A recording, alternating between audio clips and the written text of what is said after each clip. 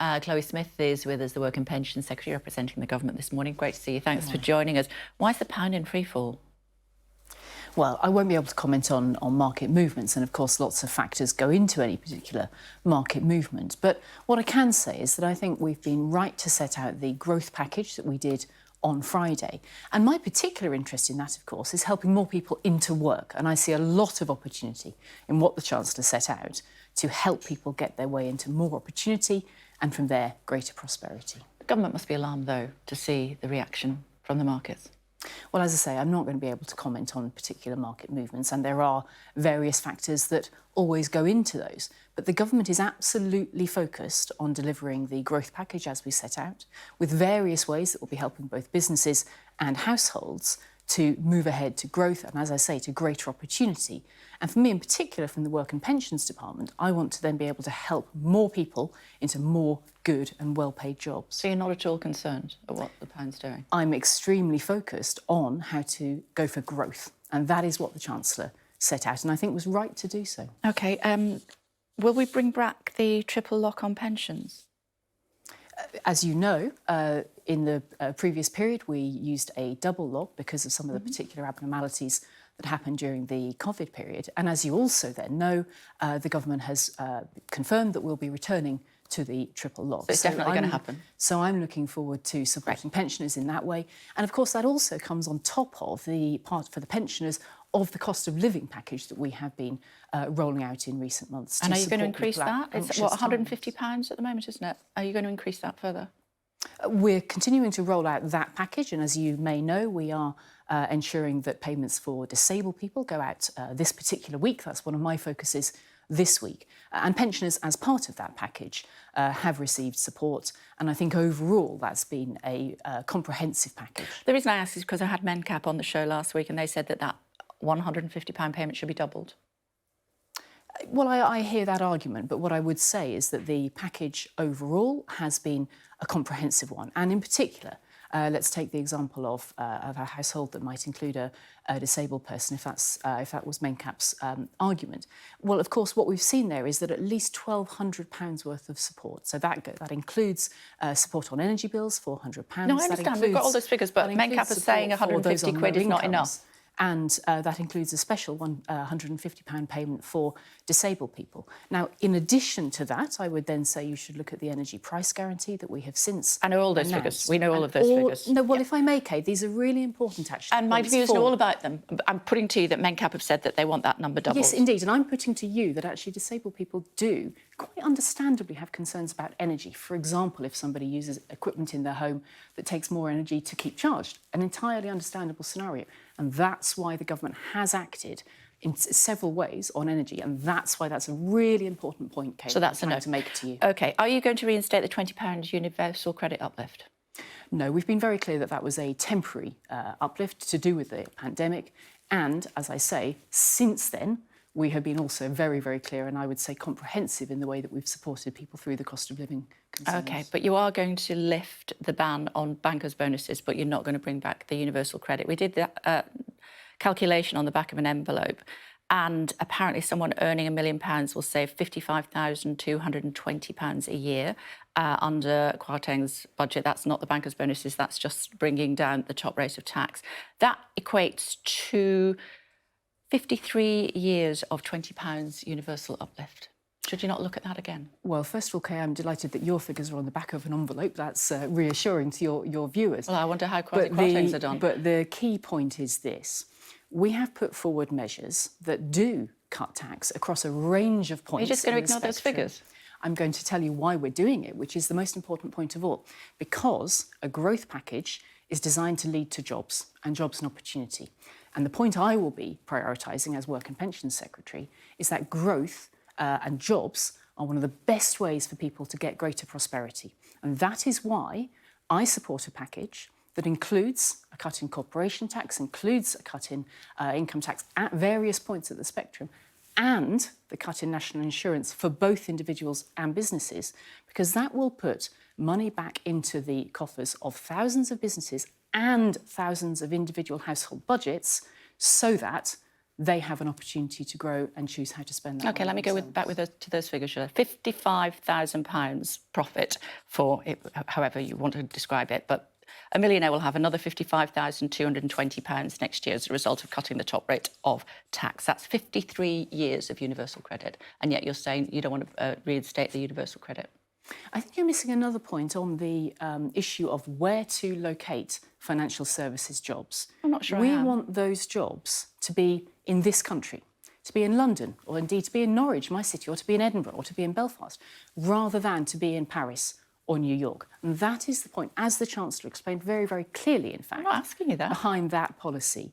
And that is why I think that is a good policy, because it brings jobs to this country and encourages that to be here. Now, those jobs are in turn very, very important for claimants of universal credit, who I want to see go into more work, better work, and a great career. That is the absolute focus of my department. So you ask me what I would like to see for universal credit claimants. I'd like to see greater opportunities, more jobs, better jobs, and that's why this growth package has been the right one. OK, so people can't expect an uplift in universal credit, even though millionaires can get an extra 55 grand next year. You've asked me the question in a few ways several times, and I think I've given you a number of reasons why the growth package is going to be good for jobs. Let me take an example of the national insurance point that was in the package. People who are struggling to pay their bills really... The national insurance point last week saves 30 million households about £300. That's significant. If you don't think that's significant, then I'm sad to hear that. The point is that what people need is opportunities, and the growth package creates those. That national insurance cut for businesses, for example, will mean that actually 900,000 businesses across the country have around £10,000 extra in their budgets. Now, 900,000 businesses, that could be 1,000 in Norwich, where I live. That could be 1,000 where you live. I don't know where you live, Kay. But around our country, in every single place, there will be thousands of businesses who are able to create more jobs from the Chancellor's package, and I think that's really important. Only 81,000 people voted to make Liz Truss the next present Prime Minister. Why does she feel that she has a mandate to do this with our tax affairs? Because people at the last general election voted Conservative. They voted Conservative in my constituency and up and down the country. And that enabled the Conservatives, as you know, to form the largest party in Parliament. I don't mean to give you a constitutional history lesson, but that is how that occurs. Okay. And therefore, thanks for explaining that to me. Liz has the right to be Prime Minister. And I'm really proud that she is, because she's being bold and ambitious and will create more jobs in this country. Yeah, OK. Talk to me about Mark Fullbrooks. He's the PM's new Chief of Staff. Why is his salary being paid by his lobbying company? I think you will have the details of what the Cabinet Office explained yesterday on this point. I don't have a great deal more to add to that information that you've got from the Cabinet Office. I believe they've set out the details for how his arrangement stands.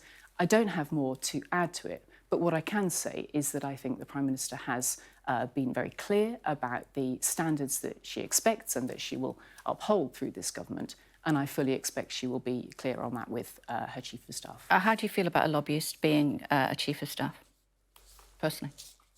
I have no emotion on the matter, Kay. Why do you think some people think it's controversial? I have nothing more to add, as I say, than to what the Cabinet Office said yesterday about his arrangements. Indeed, you are here representing the government this morning. I don't know any more about his personal arrangements. But what I do know is that the Prime Minister will be expecting them to be correct, of course, and that the processes have been followed. And therefore, that's why I'm comfortable on the matter. OK.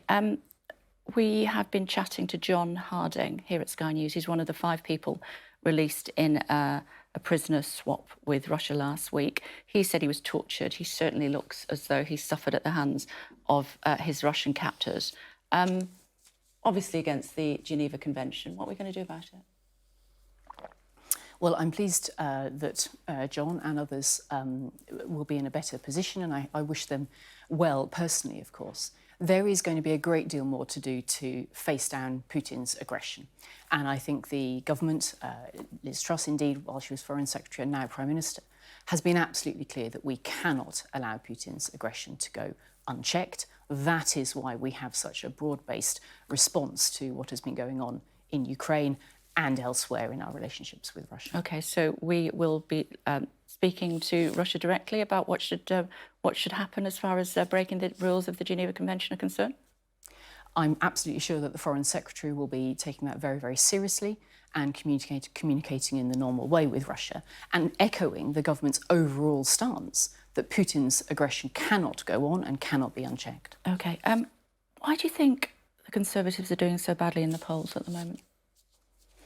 The Conservatives will be in a position to explain to the British people that we have got growth going in the economy. So I want to go back to what the Chancellor announced last Friday and to what is, for me, the absolute priority in my department, which is jobs.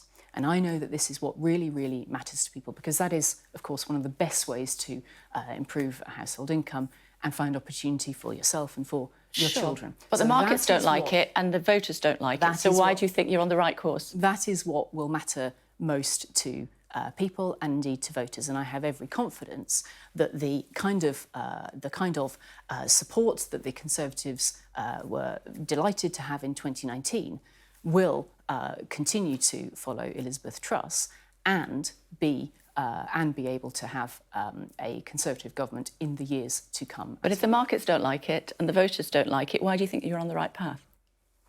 Because it is the correct path. It is the right path. So everybody's out of step apart from the government. It is the right path to help people into jobs. I don't think you could argue on that particular point, Kay. Well, I think I can. Look at the markets and look at what you're doing in the polls. Do you not want people to be in jobs? How would you argue that point? It's not. I do the questions, you do the answers. Look what the markets are doing and look what the voters are saying.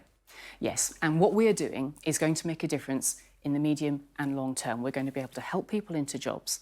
You've seen in the Chancellor's statement how we are going to be going into the list of projects that will make the most difference to growth in this country, as well as then ways that will help households and as well as the things that will make a difference in the medium to long term. That is why I say we are on the right path here, because all of those things will help people with greater opportunity and put our country back on the right track. I fully stand by that, and I have every confidence that people also will benefit from those jobs as well. OK. And if I may, on the sheer politics... You may. I'm being wrapped. I'm being told you have to go, but do go on. Feel free. The sheer politics of it is that I don't think Labour have a clear vision or path either. Well, we'll wait and see. Thank you for being so robust as always. Much appreciated.